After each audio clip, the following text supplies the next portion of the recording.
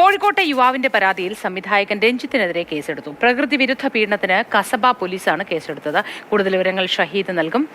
ഷഹീദ്, നമസ്കാരം. പ്രകൃതി വിരുദ്ധ പീഡനത്തിനാണ് ഇപ്പോൾ കേസ് ചാർജ് ചെയ്തിരിക്കുന്നത്. ഇതുകൂടാതെ മറ്റൊരു പരാതി കൂടി നിലനിൽക്കുന്നുണ്ട്. അത് കൊൽക്കത്ത സ്വദേശിയായ നടി നൽകിയ പരാതിയാണ്. ഈ രണ്ട് പരാതിയിലും എന്ത് നടപടികളുമായാണ് ഇപ്പോൾ പ്രത്യേക അന്വേഷണ സംഘം മുന്നോട്ട് പോകുന്നത്? കേസിന്റെ നിലവിലെ സ്ഥിതി എങ്ങനെയാണ്? മോത്തി, സിനിമാ മേഖലയിലെ വെളിപ്പെടുത്തലുമായി ബന്ധപ്പെട്ട ഇപ്പോൾ രണ്ടാമത്തെ പരാതിയാണ്, കേസാണ് ഇപ്പോൾ സംവിധായകൻ രഞ്ജിത്തിനെതിരെ എടുത്തിരിക്കുന്നത്.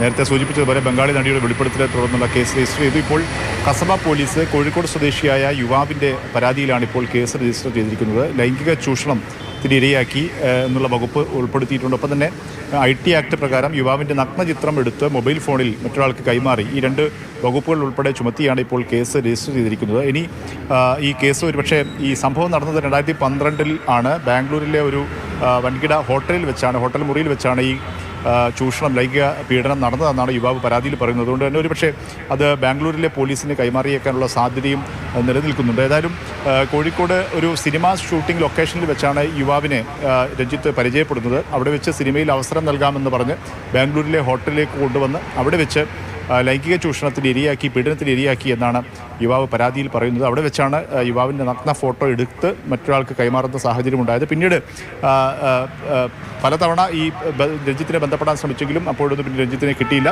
ലൈംഗിക ചൂഷണം നടത്തുക എന്ന ലക്ഷ്യത്തോടു കൂടി ആണ് രഞ്ജിത്ത് ഈ പ്രവൃത്തി നടത്തിയത് എന്നുള്ളൊരു പരാതിയാണ് യുവാവ് ഉന്നയിച്ചത്. ആദ്യം മാധ്യമങ്ങളോട് പറഞ്ഞതിന് ശേഷം കസബ പോലീസിൽ ഈ വെളിപ്പെടുത്തൽ, സിനിമാ മേഖലയിൽ വെളിപ്പെടുത്തൽ അന്വേഷിക്കുന്ന പ്രത്യേക അന്വേഷണ സംഘത്തിന് മുമ്പാകെ പരാതി ഇമെയിൽ അയച്ചു. അവർ ഇന്നലെ കോഴിക്കോട് വെച്ച് യുവാവിൻ്റെ മൊഴിയെടുത്തിരുന്നു. അവരുടെ നിർദ്ദേശം, ഈ അന്വേഷണ സംഘത്തിൻ്റെ നിർദ്ദേശത്തെ തുടർന്നാണ് ഇന്നലെ രാത്രി തന്നെ കസബ പോലീസിന് ഇതുമായി ബന്ധപ്പെട്ട നിർദ്ദേശം നൽകി. അങ്ങനെയാണ് കസബ പോലീസ് FIR രജിസ്റ്റർ ചെയ്തിരിക്കുന്നത്. ഈ കേസുമായി ബന്ധപ്പെട്ട തുടർ നടപടികൾ അത് എങ്ങനെയായിരിക്കുമെന്നാണ് പറയുന്നത്? ഈ പ്രകൃതി വിരുദ്ധ പീഡനത്തിനും മറ്റ് അതിക്രമങ്ങൾ പോലെ തന്നെ ഒരേ വകുപ്പ് പ്രകാരമായിരിക്കുമോ കേസ് ചുമത്തുക? ഒരേ അന്വേഷണ രീതി തന്നെയായിരിക്കുമോ? നിയമ നടപടി തന്നെയായിരിക്കുമോ?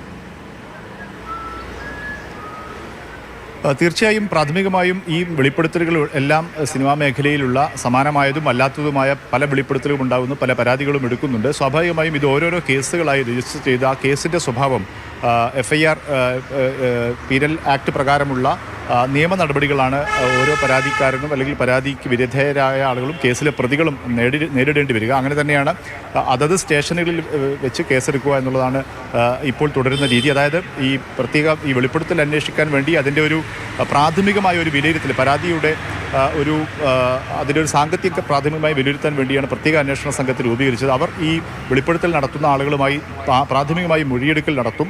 അതിനുശേഷം അത് മൊഴി ശരിയാണെന്ന് പ്രാഥമികമായി അവർക്ക് ബോധ്യപ്പെട്ട് കഴിഞ്ഞാൽ അത് FIRലേക്ക് നീങ്ങും. അങ്ങനെയാണ് ഈ കേസിലും, രഞ്ജിത്തിൻ്റെ കേസിലും ഇപ്പോൾ സംഭവിച്ചിരിക്കുന്നത്. സ്വാഭാവികമായും കസബ പോലീസ് കേസ് രജിസ്റ്റർ ചെയ്തു. ഇപ്പോൾ ഞാൻ നേരത്തെ സൂചിപ്പിച്ചതുപോലെ ബാംഗ്ലൂരിൽ വെച്ചാണ് ഈ ക്രൈം നടന്നത്, ഈ ലൈംഗിക പീഡനം നടന്നത് എന്നാണ് യുവാവ് പരാതിയിൽ പറയുന്നത്. അതുകൊണ്ട് തന്നെ സ്വാഭാവികമായും ആ ക്രൈം നടന്ന സ്ഥലത്ത് ആണ് സ്വാഭാവികമായും പിന്നീട് അതിൻ്റെ കേസ് നടപടികൾ നടക്കേണ്ടത് എന്നാണ്, അന്വേഷണം നടക്കേണ്ടതെന്നാണ് നമ്മൾ മനസ്സിലാക്കുന്നത്. ബംഗളൂരുവിൽ വെച്ചാണ് ഇത്തരത്തിലൊരു പീഡനം നടന്നതായി ഇപ്പോൾ യുവാവ് മൊഴി നൽകിയിരിക്കുന്നത്.